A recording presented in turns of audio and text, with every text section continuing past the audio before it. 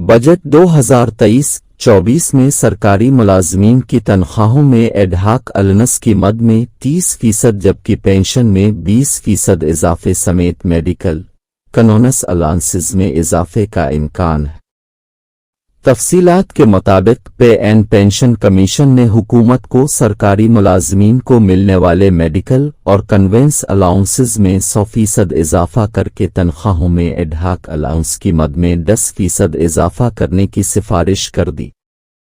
वजारत खजाना के regulation wing के ज़राए का कहना है कि आइंदा माली साल के बजट में सरकारी मुलाजमीन की तनख्वाहों और पेंशन में इजाफे से मुताल्लिक 3 तजावीज़ तैयार की गईं जो वज़ीर आज़म की ज़ेर सदारत होने वाले काबीना के खुसूसी इजलास में पेश की जाएंगी और इसी इजलास में मुलाजमीन की तनख्वाहों और पेंशन के साथ साथ अलाउंसेस में इजाफे बारे हतमी फैसला किया जाएगा।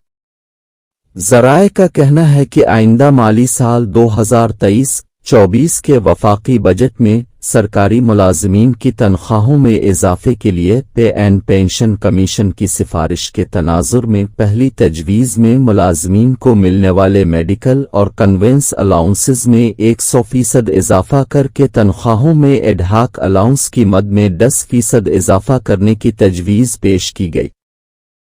इसी तरह रिटायर्ड मुलाजमीन को मिलने वाले मेडिकल अलाउंसेस में भी 100% इजाफा करके पेंशन में 10% इजाफा करने की तजवीज़ दी।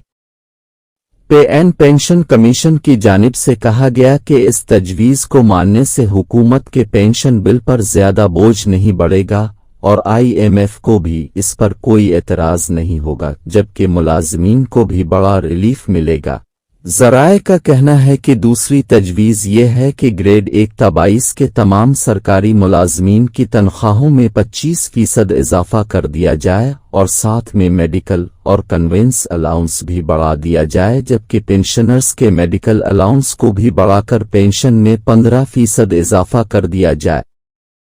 इसके अलावा तीसरी तजवीज़ भी ज़ेर गौर है जिसमें कहा गया है कि ग्रेड 1 ta 16 के मुलाजमीन की तनख्वाहों में 30% जबकि ग्रेड 17 और इससे ऊपर के अफसरान की तनख्वाहों में 20% इजाफा किया जाए, मगर मेडिकल और कन्वेंस अलाउंस में 50% तक इजाफा किया जाए, जबकि पेंशन्स के मेडिकल अलाउंस में इजाफे के साथ साथ पेंशन में भी 20% इजाफा किया जाए। ऐसी मज़ीद अच्छी वीडियोज़ देखने के लिए इस चैनल को सब्सक्राइब ज़रूर करें।